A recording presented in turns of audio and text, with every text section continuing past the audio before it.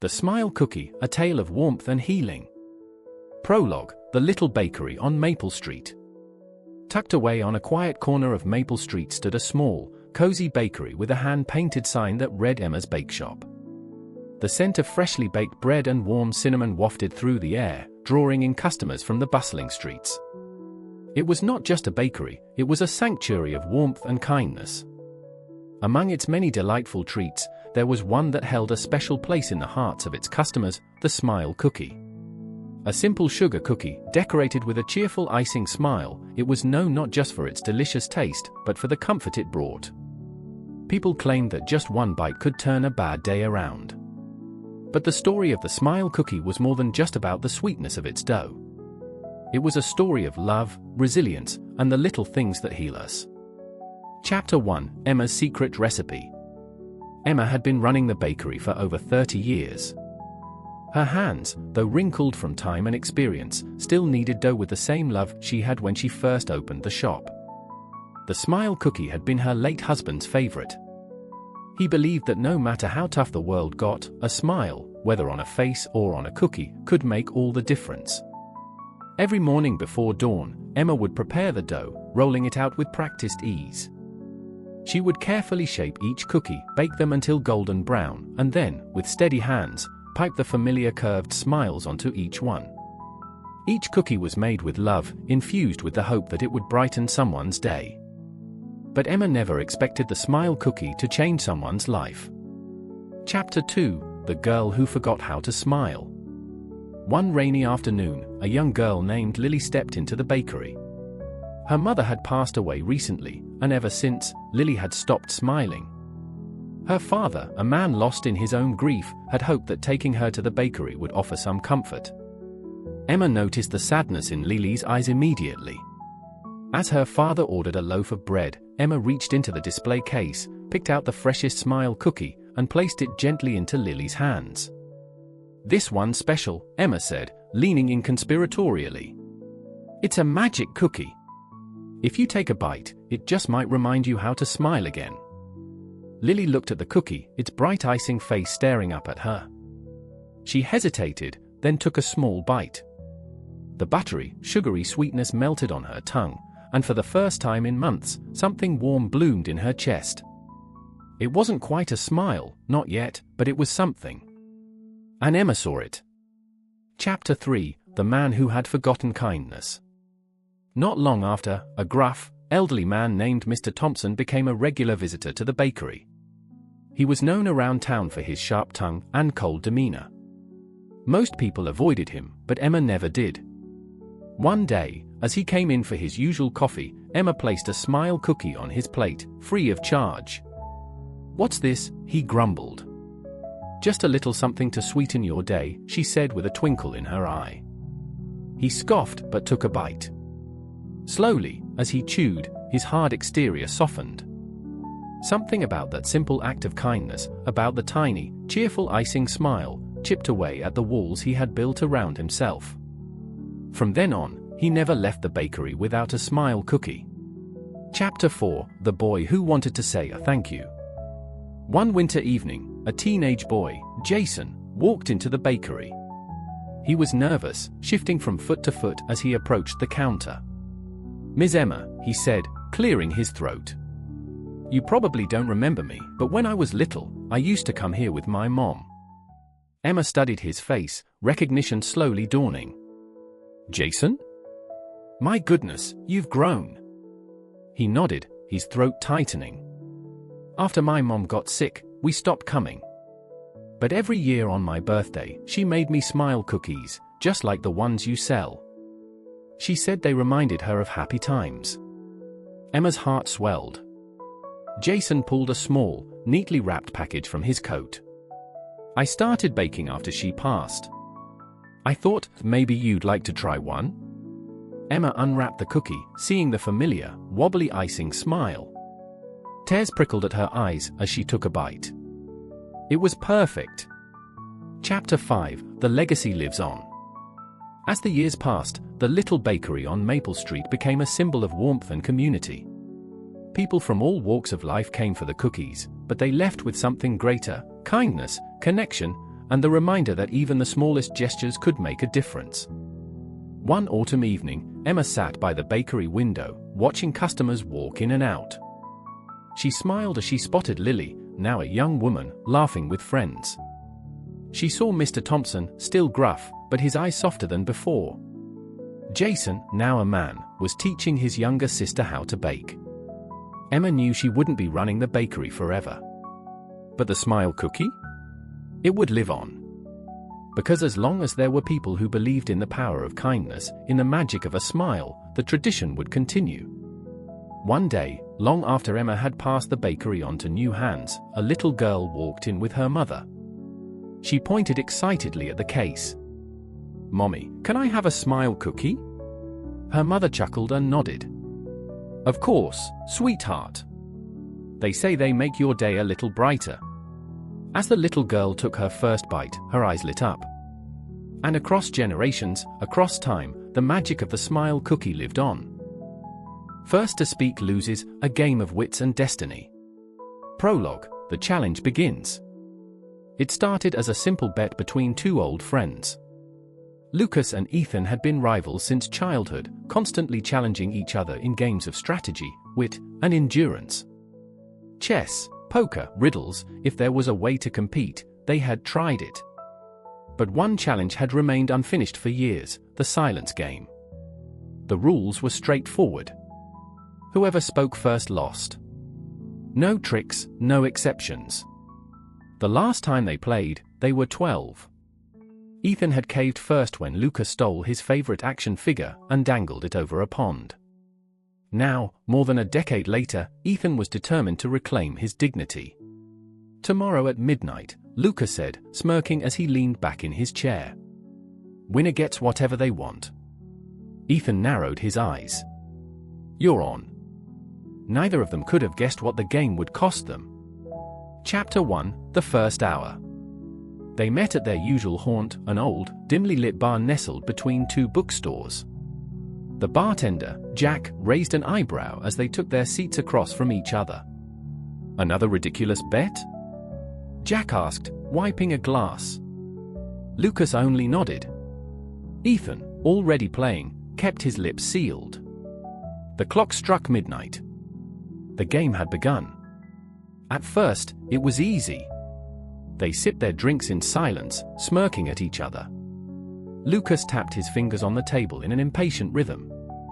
Ethan crossed his arms, leaning back in his chair with an expression of mock boredom. Jack, unimpressed, muttered, "You two are idiots." Neither responded. As the minutes stretched into an hour, Lucas started shifting in his seat. Ethan, knowing him too well, recognized the restlessness. Lucas hated silence. The first move was his. He pulled out his phone, typed something, and turned the screen toward Ethan. "What's it like losing again?"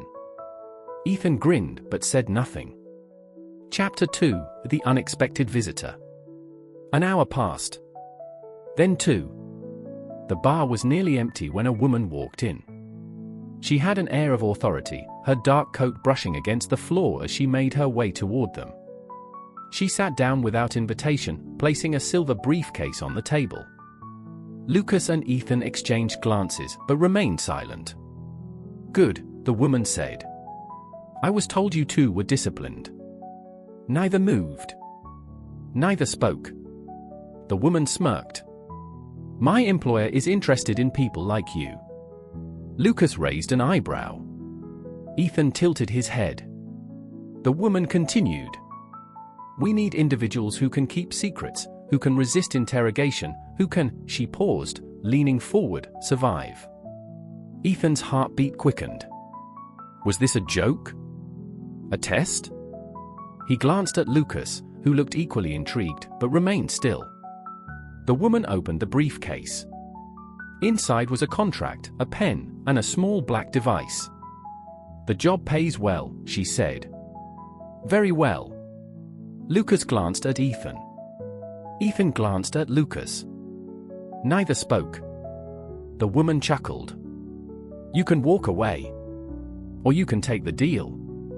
But if you want in, all you have to do is break the silence." Chapter 3, The Stakes Rise. An hour ago, the game had been about pride. Now, it felt like something else entirely. Lucas reached for the contract but stopped short. Ethan knew his friend well. Lucas loved danger, but he also loved winning. This was a mind game, and Lucas wanted Ethan to break first. Ethan tapped his fingers against the table in slow deliberation. If he spoke, he could accept the job and maybe uncover what this mysterious woman wanted. If he stayed silent, Lucas would either fold or they'd lose the opportunity. The woman exhaled sharply. "You boys are difficult." She pulled out a coin and flicked it across the table. It spun, catching the dim light. "Call it," she said. Ethan felt his muscles tense. His instinct screamed at him not to play into whatever game this was. Lucas, however, smirked. He grabbed the coin mid-spin and slid it back to her. Silence. The woman smiled. "Fine. You'll hear from us." She snapped the briefcase shut and stood. "You just won a game you didn't even know you were playing." And with that, she walked away. Chapter 4, The Aftermath. The bar felt eerily quiet after she left. Lucas and Ethan sat there, unmoving, the weight of the encounter settling between them. Finally, Lucas pulled out his phone and typed, "What the hell just happened?" Ethan shrugged. Jack, having watched the entire exchange, shook his head. "I think you two just got recruited into something weird." They still said nothing. Outside, a black car idled across the street. Inside, the woman was on the phone. "They didn't break." "That's rare."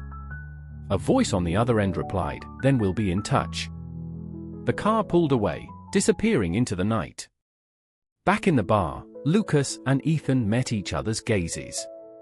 The silence stretched between them, thick with unspoken thoughts. Then, without warning, Lucas exhaled sharply and muttered, "Okay, I give up." Ethan's grin was slow but victorious. "I win."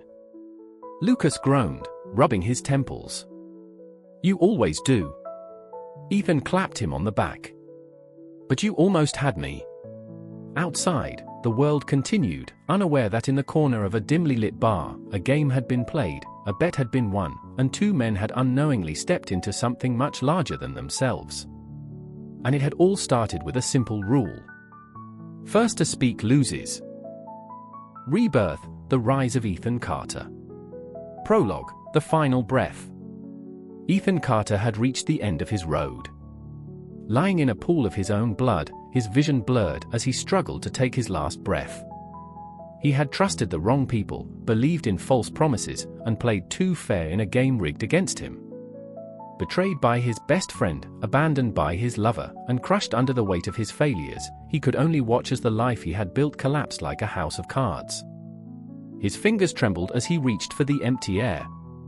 If only he had one more chance. As the darkness consumed him, a single thought burned in his mind. If I could do it all over again, I wouldn't be the fool I was. And then, the world went black. Chapter 1, The Second Beginning. Ethan gasped as he shot up in bed, drenched in sweat.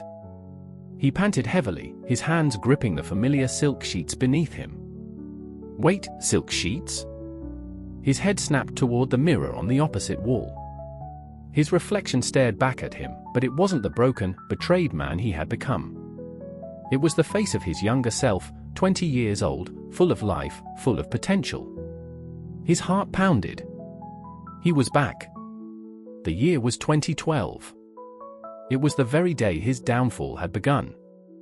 His ex-best friend, Darren, would soon trick him into signing that terrible contract. His ex-girlfriend, Sophia, was about to cheat on him. And his family's business, which he had foolishly let slip through his fingers, was still his to control. This time, he wouldn't be a fool. This time, he would be the predator, not the prey. Chapter 2, The First Move. Ethan wasted no time. He knew what was coming, and he had no intention of playing along. When Darren called him that morning, asking him to meet at their usual cafe to discuss a great business opportunity, Ethan smirked. In his past life, he had excitedly agreed, desperate to prove himself. "This time?" "I appreciate the offer, Darren," Ethan said smoothly, "but I've found better prospects."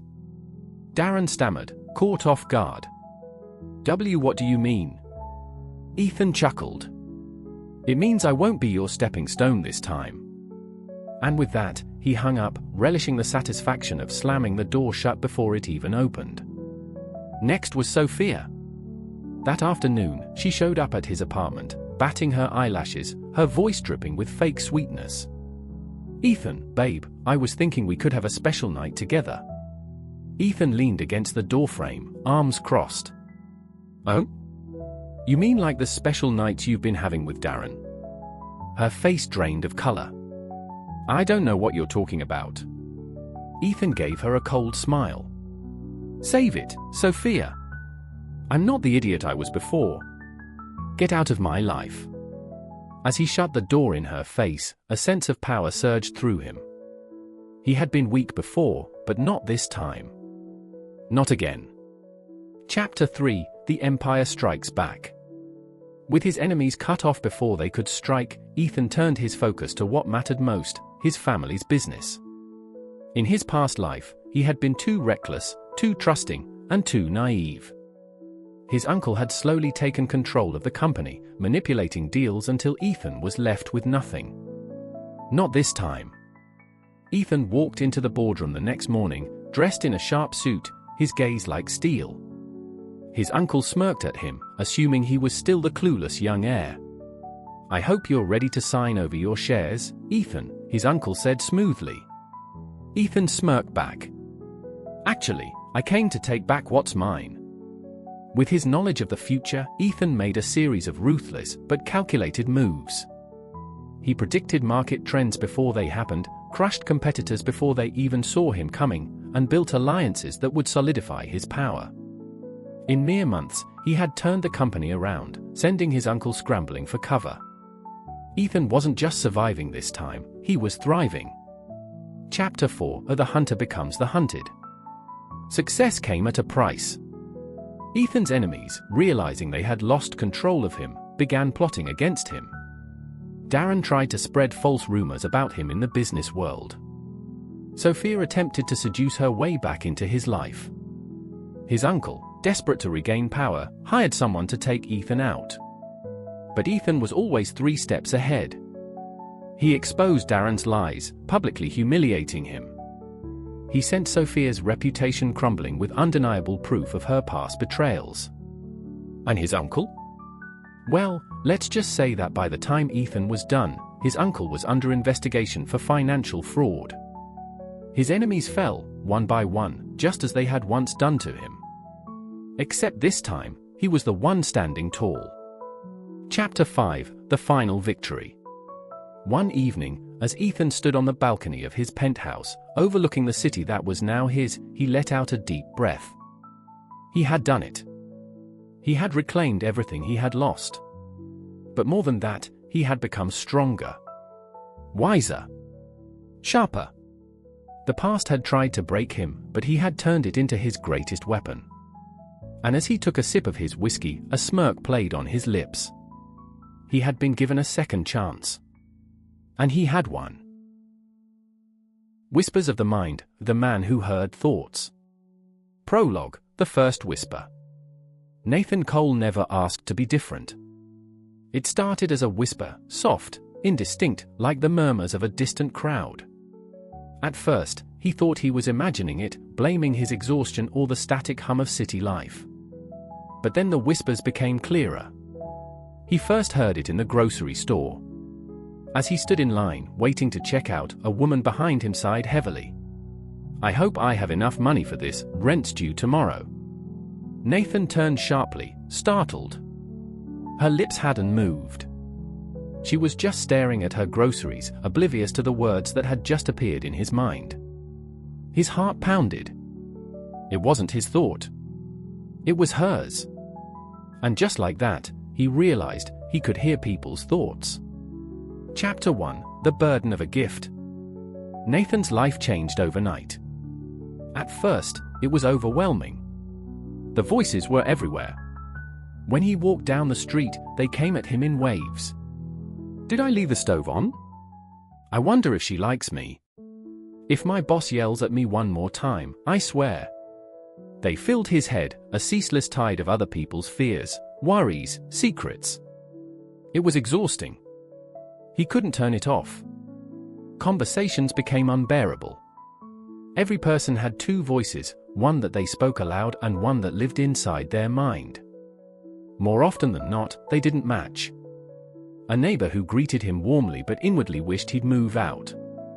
A coworker who smiled at him in meetings but resented his success.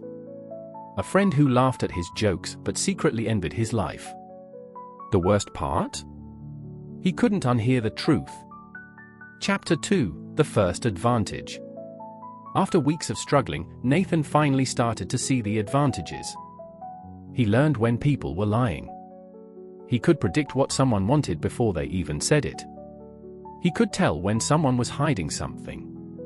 So, when his company was preparing to promote someone to management, Nathan already knew who the CEO favored. While his colleagues wasted time trying to impress the wrong executives, Nathan focused on the real decision maker. When the promotions were announced, his name was called. People congratulated him. Some meant it. Most didn't. But Nathan didn't care. He had won. And he was just getting started. Chapter 3: The Dark Side of Knowledge. With great power came temptation. One night, sitting in a bar, Nathan overheard the thoughts of a desperate man. If I don't pay him back by Friday, he's going to kill me. Nathan followed the man outside and made him an offer. I know you need money, he said. I'll give it to you, no strings attached. The man's shock was clear, but Nathan could hear his thoughts racing. How does he know? Who is this guy? The transaction was made. But from that moment on, Nathan realized something. If he played his cards right, he could control everything. Chapter 4: The Rise to Power. Nathan stopped thinking small. He used his ability to build connections, predict markets, and manipulate negotiations. He knew who to trust, who to avoid, and what people wanted before they did.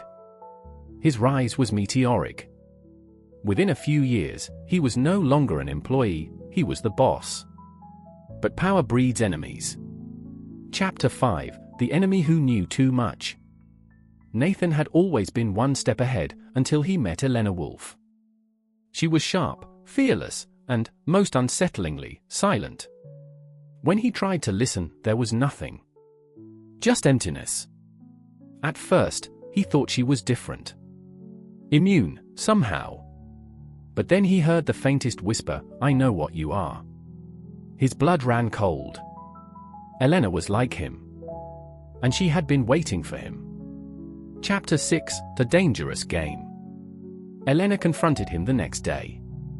You think you're the only one? She asked, her voice dangerously low.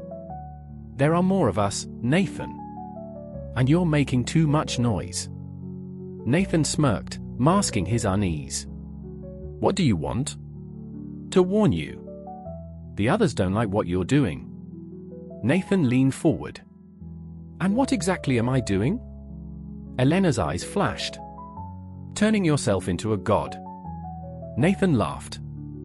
Is that so bad?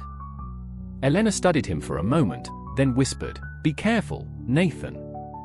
Because gods always fall. Then she was gone. Chapter 7: The Reckoning. Nathan should have listened. It started subtly, business deals falling apart, trusted allies turning against him. He tried to anticipate it, to hear it coming, but the whispers had changed. The voices that once revealed everything now spoke only in riddles. And then, one night, he heard a single phrase, repeated over and over in the thoughts of everyone around him. Nathan Cole must fall. Panic gripped him. He fled, but they were always ahead, waiting. Every move he made, they had already predicted. Just like he used to. Chapter 8: The Fall of a King. They found him in his penthouse, surrounded by luxury, drowning in fear. Elena stood at the center of them, the leader of those like him. "It's over," she said. Nathan's mind raced. He had built everything, clawed his way to the top. He wouldn't let them take it. But then he heard her final thought, whispered just for him. "You were never supposed to have this power." And in that moment, the voices vanished. Nathan's mind fell silent for the first time in years. And as he stood there, staring into the abyss of his own thoughts, he realized, without his power, he was nothing. Epilogue: The Last Whisper. Nathan disappeared that night. Some say he fled, hiding in the shadows, trying to regain what he lost. Others say he learned to live as a normal man, finally free from the burden of knowing too much. But Elena knew the truth. As she walked through the city, she felt a familiar sensation, a whisper, faint, distant. Nathan was still out there. And he was listening. The Shadow's Secret, A Man and His Midnight Phantom. Prologue: The Unseen Passenger. Graham Lawn had never paid much attention to his shadow. Like most people, it was simply there, following him under the sun, stretching long under streetlights, and disappearing in darkness. But one night, he realized something strange: his shadow did not always behave as it should. It started subtly.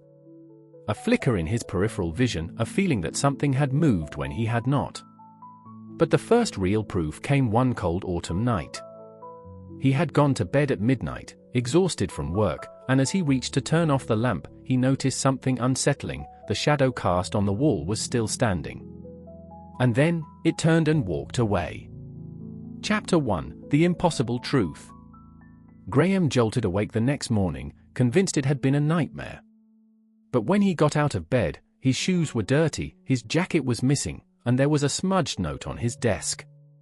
"You won't remember, but you were there." His blood ran cold.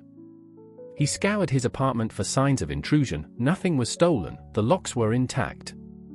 But the note, the missing jacket, and the dirt-covered soles of his feet said otherwise. Had he sleepwalked? That was the logical conclusion. But logic had no explanation for what happened the following night. This time, he stayed awake. At precisely 12:03 a.m., Graham's shadow began to stir. First, it rippled, like ink in water. Then, in a slow, deliberate motion, it peeled away from the floor, stood up, and walked toward the window. Graham didn't move. He didn't breathe. The shadow hesitated, as if sensing his gaze, and then, with an unnatural fluidity, it slipped through the wall and disappeared into the night. Chapter 2: Following the Phantom. The next night, Graham was prepared. He set up cameras, installed motion detectors, and even tried to block his shadow with extra lighting. But none of it worked. As soon as the clock hit midnight, the shadow peeled away again. This time, Graham did something reckless: he followed it. The streets were nearly empty as he trailed the dark figure, keeping to the edges of buildings, his breath fogging in the cold air. The shadow moved fast, purposeful, weaving through alleyways and over fences like it had done this 1,000 times before. Finally, it stopped. Graham found himself outside an unfamiliar warehouse on the outskirts of town. His shadow slipped through the entrance, and Graham hesitated only a moment before following. Inside, he found them. Chapter 3: The Others. The warehouse was dimly lit, filled with figures that should not exist. Shadows detached from their hosts, moving independently, whispering in voices that were not quite human. Graham's own shadow stood among them, motionless, waiting. A tall, hooded figure stepped forward. Unlike the others, it had no body, only darkness. "You followed it here," the figure spoke in a hollow voice. "Few ever do." Graham swallowed hard. "What is this?" The figure extended an impossibly long hand. "A gift. A curse. A duty." Graham's mind reeled. His shadow, his own, had a life beyond him. And he wasn't alone. Chapter 4: With the Missions. Graham spent the following weeks learning the truth. The detached shadows were not random anomalies. They had a purpose, a mission assigned to them beyond the knowledge of their hosts. Some gathered information, slipping unseen into places humans could never enter. Others acted as guardians, protecting their owners from unseen threats. But there were some, the rogue shadows, who had abandoned their original purpose and turned against their own kind. Graham's shadow was different. It wasn't rogue, but it wasn't fully obedient either. It had been sent on assignments, infiltrating places, gathering intelligence. But it was keeping secrets from both the others and from Graham himself. One night, his shadow returned covered in something dark and wet. Blood. Graham's stomach twisted. "What did you do?" The shadow did not respond. But when Graham fell asleep, his dreams were filled with fragments of memory, his shadow's memories. A man in a black suit. A struggle in the dark. A final, choked breath. His shadow had killed someone. And now, Graham was implicated. Chapter 5, The War in the Dark. As he dug deeper, Graham uncovered something terrifying. There was a war happening beneath the surface of reality. The shadows were divided. Some believed they should remain loyal to their human hosts, guiding and protecting them. Others believed humans were unworthy and sought to break free entirely, taking control. And Graham's shadow? It had walked the line between both. One night, as Graham watched from his window, a new shadow appeared, a hunter. It moved toward him with intent, and for the first time, Graham saw his shadow hesitate. Then it attacked. Chapter 6, The Final Choice. The battle was fast, brutal, shadows twisting, merging, clawing at each other. Graham could feel every strike as if it were happening to his own body. Pain flared in his chest, his head spun. And then it was over. His shadow stood victorious, but barely. The hunter lay still, dissolving into the darkness. Graham gasped for air, his vision dimming. His shadow turned to him, its form flickering. Then, for the first time, it spoke. "They will keep coming." Graham, clutching his chest, nodded. He understood now. He was part of this, whether he wanted to be or not. And as he watched his shadow settle back into place beneath his feet, he knew his life would never be the same. Epilogue, A New Path. Graham no longer slept easily. Every night, when the clock struck midnight, his shadow would slip away into the darkness. Sometimes, he followed. Sometimes, he waited. But one thing was certain. His shadow was no longer just his. And neither was his fate. The accidental heroes, trapped in the game. Prologue, just another game night. It was supposed to be a normal Friday night. Ethan, Leo, and MIA sat on Ethan's couch, controllers in hand, surrounded by half-eaten pizza, energy drinks, and a pile of unopened snack bags. The three of them had been gaming together for years, always chasing the thrill of completing the latest fantasy RPGs. Tonight was no different, or so they thought. "This new game is supposed to be insane," Leo said, cracking open a soda. "Ultra-immersive, adaptive AI, and get this, a game world that changes based on your choices."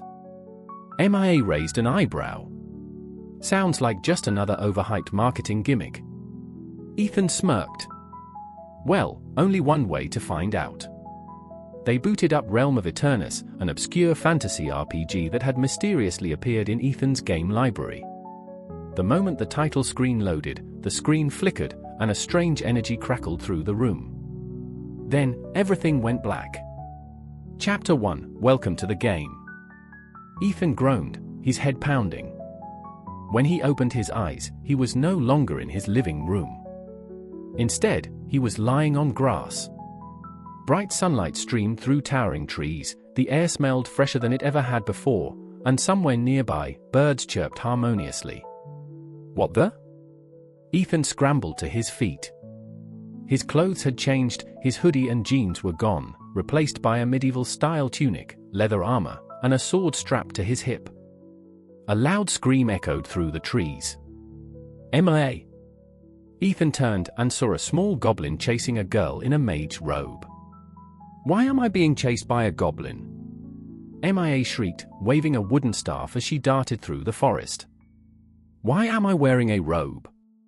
Leo came running out of the bushes, dressed like a rogue, with daggers on his belt, a hood over his head. "Up, guys? I think we just got ISEKA'd."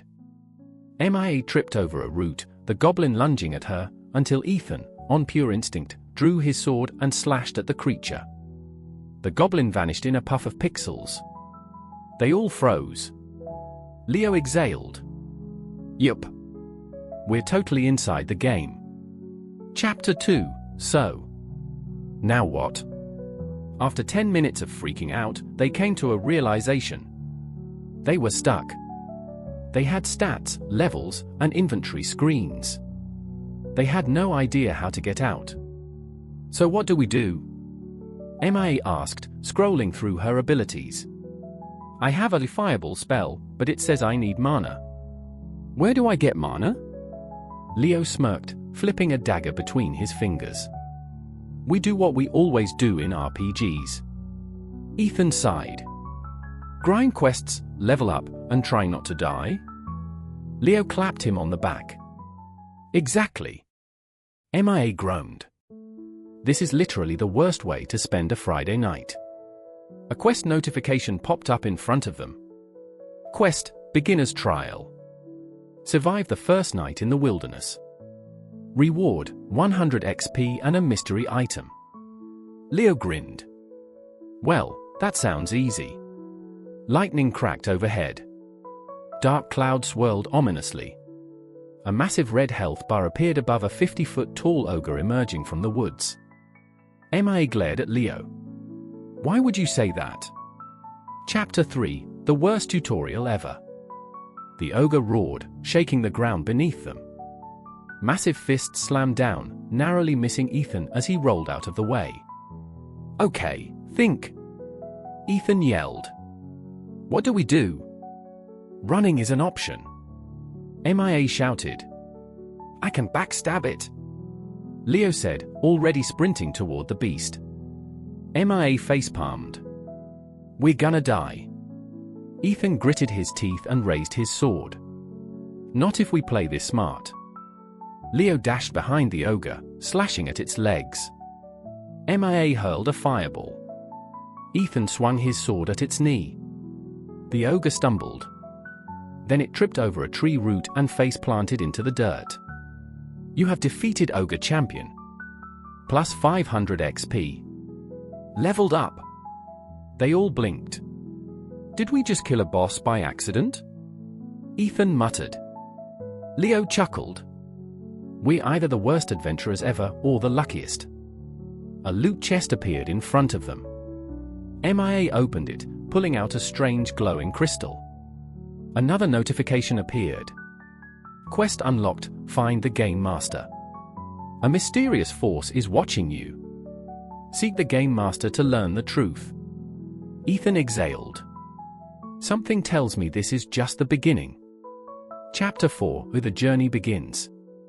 Over the next few days, or however time worked in this game, they slowly got better. Ethan became a skilled swordsman. MIA learned powerful magic spells. Leo mastered sneaky rogue tactics. They took on quests, fought monsters, befriended NPCs, and gathered loot. But the mystery remained, why were they here? And who was the Game Master? One night, while camping near a river, a hooded figure appeared. "You have done well," the figure said. "But your journey is far from over." Ethan narrowed his eyes. "Are you the Game Master?" The figure chuckled. "Perhaps. Or perhaps I'm just another player who got here before you." MIA crossed her arms. "So, do you know how to get out?" The figure tilted their head. "Who says you're supposed to leave?" The fire flickered. The world around them glitched. A chill ran down Ethan's spine. Something was very, very wrong with this game. Epilogue, game over? The next morning, their quest log updated. Final objective, defeat the true enemy. Escape is no longer an option. Ethan clenched his fists. Looks like we're in this for the long haul. Leo grinned. Then let's make it fun. MIA groaned. I swear, if this game kills me, I'm haunting you both. The three of them set off toward their next adventure, unaware that the biggest challenge was yet to come. And somewhere, deep in the game's code, something watched them. Waiting. The Memory Baker, A Taste of Happiness. Prologue, The Little Bakery on Linden Street. In the heart of the quiet town of Willowbrook, nestled between an old bookstore and a flower shop, stood a small bakery with a hand-carved wooden sign that read, Ilara's Hearth. The scent of warm bread and cinnamon lingered in the air, wrapping around passers-by like a comforting embrace. Locals swore that no matter how heavy their hearts were, stepping into the bakery felt like coming home. But it wasn't just the delicious pastries that made Ilara's Hearth special. It was the way Ilara Moreau's bread could make you remember. Chapter 1, The Secret Ingredient. Ilara was not an ordinary baker. She had a gift, one that no one could explain. Every loaf, every croissant, every tart she made carried something beyond taste. A memory. A feeling. A forgotten joy. She never told anyone how she did it. Perhaps she didn't even know herself. All she knew was that when people took a bite of her creations, something magical happened. An old woman once tasted her vanilla custard tart and gasped, tears welling in her eyes. This is just like the one my mother used to make when I was little, she whispered, her voice trembling. I haven't tasted this since I was a child. A young boy bit into a chocolate muffin and laughed, his face lighting up. It's like my birthday when I was 5. The best day ever. A tired businessman, always too busy to smile, took a bite of a warm baguette and suddenly exhaled, his shoulders relaxing. I remember, he murmured. Paris. My honeymoon. The street bakery where we bought these every morning. Ilara would only smile knowingly, wiping flour from her hands. Food carries memories, she would say. Maybe all I do is help you find them. But she knew it was more than that. Chapter 2, The Man Who Had Forgotten. One drizzly afternoon, a stranger entered the bakery. He was tall, his coat soaked from the rain, his expression weary. His name was Daniel Laurent. He had arrived in Willowbrook a month ago, but no one knew much about him. He spoke little, kept to himself, and seemed to always be waiting for something, or someone.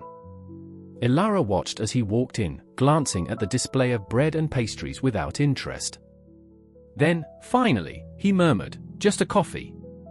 Ilara didn't ask questions. But as she handed him the cup, something nudged at her heart. A feeling, a whisper of a story yet untold. Try this, she said, setting a small, warm madeleine beside his coffee. Daniel hesitated but picked it up. The moment he took a bite, his breath hitched. The bakery blurred. The sound of rain faded. And for the first time in years, he remembered. Chapter 3, The Memory in the Madeleine. He was 5 years old again.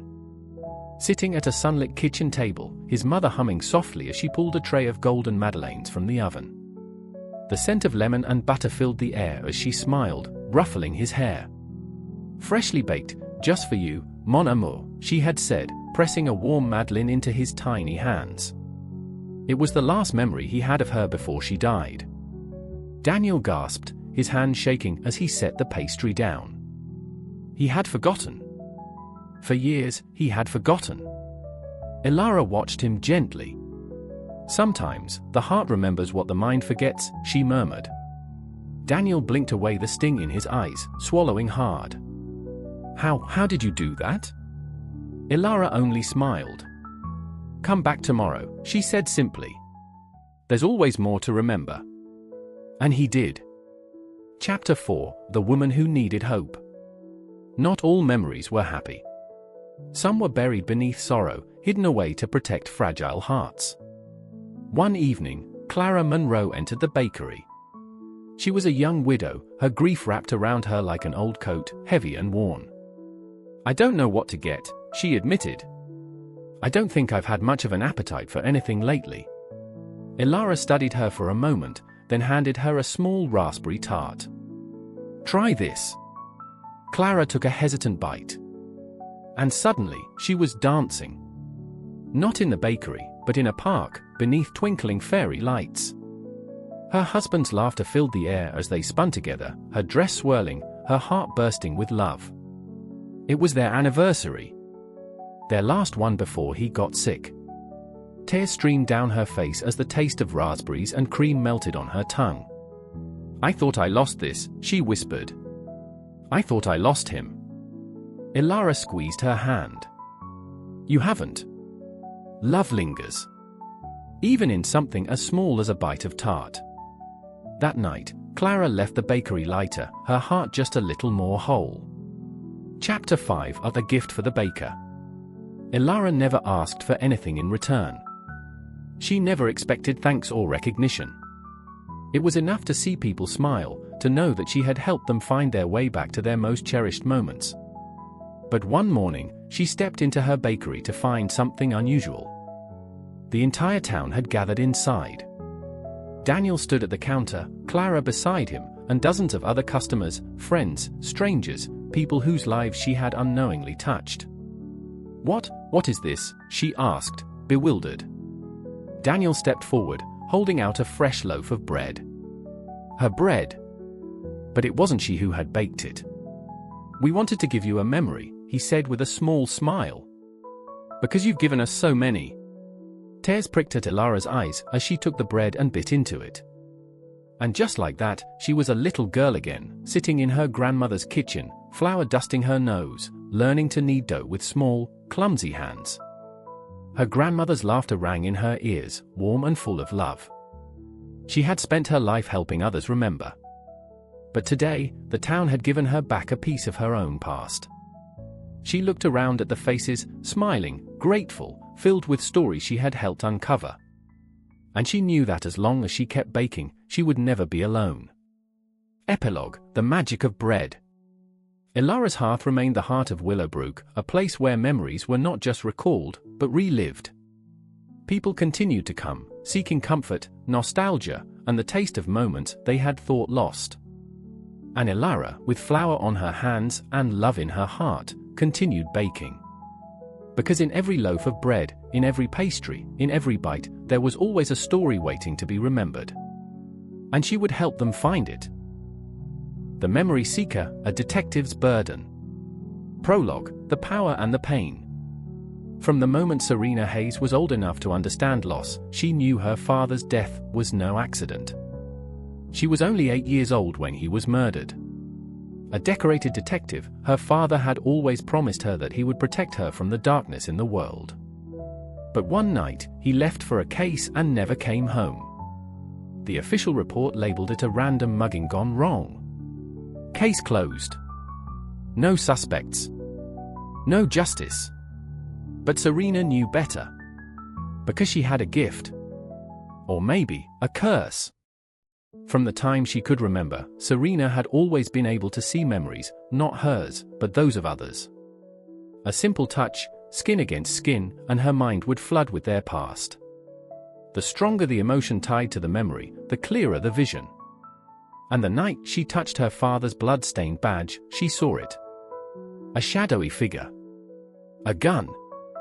A familiar voice saying, "Make it look like an accident." She was just a child. No one believed her. But she swore on that day that she would uncover the truth. And the only way to do that was to become a detective herself. Chapter 1: Rising Through the Ranks. 15 years later, Detective Serena Hayes was one of the best investigators in the force. Cold cases, missing persons, unsolved murders, she cracked them faster than anyone else. Her colleagues whispered that she had an uncanny instinct, an impossible knack for getting confessions and tracking down leads. No one knew the truth. Every handshake, every brush of a shoulder, every piece of evidence she touched, it spoke to her. She had learned to control it over the years, to filter through the flood of images, to focus on the details that mattered. But when it came to her father's case, every clue led to a dead end. The department archives held nothing new. The evidence had been destroyed or lost. The murderer was still out there. Hiding. Watching. And Serena was running out of time. Chapter 2: The Partner She Didn't Want. Then came Ethan Calloway. Transferred from another precinct, Ethan was everything Serena wasn't. Laid back. Sarcastic. Unapologetically reckless. The kind of detective who got results but left a trail of chaos behind him. He was also the only one brave, or foolish, enough to request being her partner. "I work alone," Serena had snapped when their captain introduced them. Ethan had smirked, leaning against her desk. "Well, that's a real shame. Because now you don't." Serena expected him to slow her down. To be another obstacle in her already impossible search for justice. What she didn't expect was that, for the first time in years, she would find someone she could trust. Chapter 3, A Case Too Close to Home. Their first case together was supposed to be routine, a missing teenager, suspected runaway. But when Serena touched the girl's pillow, the vision hit her like a bullet. Darkness. A locked door. The teenager's frantic breath as a man whispered her name. This wasn't a runaway. This was a kidnapping. Serena staggered back, gasping. Ethan caught her before she collapsed, his voice urgent. "What did you see?" She hesitated. No one else knew about her ability. No one else could understand what it meant to carry everyone else's pain. But for some reason, she wanted to tell him. So she did. Chapter 4, Trust and the Cost of the Truth. Ethan didn't call her crazy. He didn't laugh or walk away. He just listened. Then he said, "Okay. Let's go find her." Together, they unraveled the case, Serena using her ability to find hidden truths, Ethan using his street smarts and relentless determination. They found the girl, battered but alive, locked in a basement. The kidnapper was arrested, and Serena felt something she hadn't in years. Hope. But the case also led her closer to a darker truth. The kidnapper had ties to the same underground network her father had been investigating before his death. This wasn't coincidence. Her father had been killed for what he knew. And now, so did she. Chapter 5, The Trap. As she and Ethan dug deeper, warnings came. Anonymous notes. Dead witnesses. A break-in at her apartment where nothing was stolen, but her father's old case files were burned. Then, the final warning. A phone call, distorted voice, drop the case, Detective Hayes. Or end up like your father. Serena gripped the phone so tightly her knuckles turned white. Not this time. She was done running. Chapter 6, The Final Memory. The final clue came from the one place she had been too afraid to look, her own past. Using the last unburned piece of evidence, her father's old pocket watch, Serena touched it and let the memories flood in. She saw it all. The night her father died. The confrontation in the warehouse. The betrayal. And the face of the man who pulled the trigger. The police chief. Her father's own friend. The realization crushed her. The man she had trusted, worked under, respected, had orchestrated everything. He had ordered her father's execution. And now, he was watching her. Waiting for her to make the same mistake. Chapter 7, Justice and Vengeance. Serena could have killed him. She had every reason to. But she wasn't a murderer. She was a detective. With Ethan's help, she gathered evidence, testimonies, undeniable proof. The chief was arrested. The conspiracy unraveled. Justice was finally served. And for the first time in 15 years, Serena could breathe. Epilogue, The Path Forward. Serena stood by her father's grave, the morning sun painting the sky in soft golds. "I did it, Dad," she whispered. "I found him." A hand rested on her shoulder. "Ethan." He didn't say anything, he didn't need to. For years, Serena had carried her father's death alone. But now, she wasn't alone anymore. She turned to Ethan, a small smile playing on her lips. "So, partner, what's next?" Ethan smirked. "You tell me, mind reader." Serena chuckled. For the first time in a long time, she was ready for the future. Because the past had finally set her free. The Forgotten Island, a journey beyond time. Prologue, the storm that changed everything. No one had ever planned for the storm. The luxury cruise ship Ocean Dawn was supposed to take its passengers on a smooth, picturesque journey across the Pacific. Calm waters, tropical sunsets, and the endless horizon, it was meant to be a dream vacation. But dreams had a way of twisting into nightmares. It started with dark clouds rolling in unexpectedly. Then came the thunder, the screaming winds, and the monstrous waves that battered the ship like a toy in a giant's hand. When the alarms blared, Daniel Hayes barely had time to react before the world around him was swallowed by chaos. Passengers ran in all directions, crew members shouted over the storm, and the deck tilted at an impossible angle. Then, darkness. The last thing Daniel remembered was the force of the sea dragging him under. Chapter 1: The Awakening.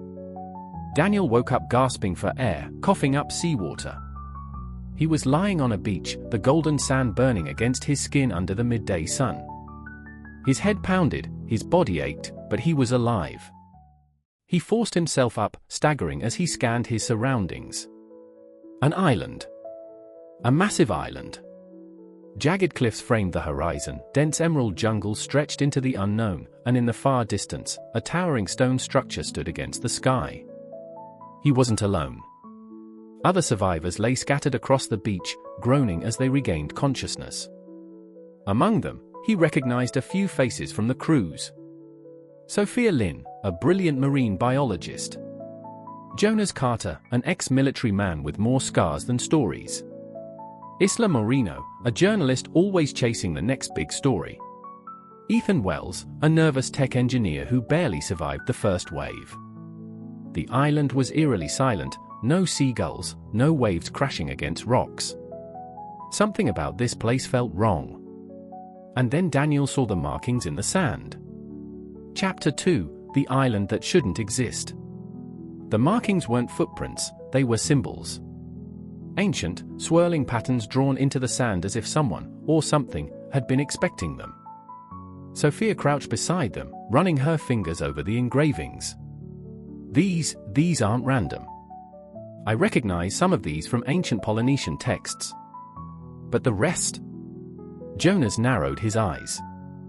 Are we saying this island is inhabited? Isla clicked her camera, capturing the symbols. I'd say that's an understatement. As if in response, the jungle trembled. A deep, guttural sound rumbled from beyond the trees, a sound no human should ever hear. Daniel's breath hitched. We need to move. Chapter 3: The Jungle of Shadows. The deeper they ventured into the jungle, the more unnatural it felt. The trees were taller than any Daniel had ever seen, their roots twisting like gnarled fingers. The air was thick with humidity, but there was no breeze, no rustling leaves. The only sound was the soft crunch of their footsteps. Then they saw them. Statues. Dozens of stone figures, half buried in the jungle floor. Their faces were carved in expressions of horror, mouths open in silent screams. Ethan swallowed hard. Tell me these are just old artifacts. Sophia exhaled shakily. They don't look old. The stone isn't eroded. It's almost as if they were recently carved. Jonas unsheathed a knife. Let's keep moving. The further they walked, the more statues they found. Some were small, hunched figures. Others were twice their size, monstrous in form. But the worst came when they stumbled upon a statue of a man wearing modern clothes. And Daniel realized it wasn't a statue at all. It was a person. Frozen in stone. Chapter 4: The Curse of the Forgotten. Panic surged through the group. This is impossible, Isla whispered. People don't just turn into stone. Sophia shook her head, but there was terror in her eyes. Unless, it's not stone at all. Before they could react, a whisper echoed through the trees. Not a human whisper. Something ancient. Something hungry. Run, Jonas ordered, and they did. They ran until their lungs burned, until the trees blurred around them. They only stopped when they reached the ruins. The towering structure they had seen from the beach stood before them, a massive temple, covered in glowing symbols identical to the ones in the sand. The entrance was open. And inside, something waited. Chapter 5: The Truth Beneath the Island. The temple was vast, its walls lined with moving glyphs that pulsed with an eerie blue light. The deeper they walked, the more the air hummed around them. Then they found it. A massive stone tablet in the center of the chamber. The language was ancient, but somehow, Daniel understood. This island was never meant to be found. The Forgotten Ones guard its secret. Those who enter, do not leave. Ethan paled. Great. So we're in the middle of an island-sized prison. Sophia traced the symbols. Or a trap. And then, a shadow moved. A figure emerged from the darkness. Cloaked, faceless, floating. The whispering grew louder. Daniel's vision blurred as the voice invaded his mind. You were not meant to be here. The last thing he saw was black tendrils wrapping around his friends. Then, darkness.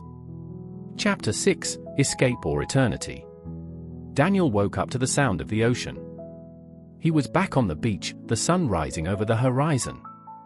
His heart pounded as he scrambled to his feet. But something was wrong. The others were with him, but their eyes held fragments of memories that didn't belong. They had seen something. Something the island wanted them to forget. And in the sand beside them, a new marking had appeared. Leave now. Before you become one of us. Daniel's blood ran cold. They ran, to the shore, to the wreckage of lifeboats, to whatever escape they could find. As they pushed off into the water, the island began to fade. The statues, the jungle, the ruins, all vanishing like a dream. But Daniel knew the truth. The island was still there, waiting for the next ones to find it.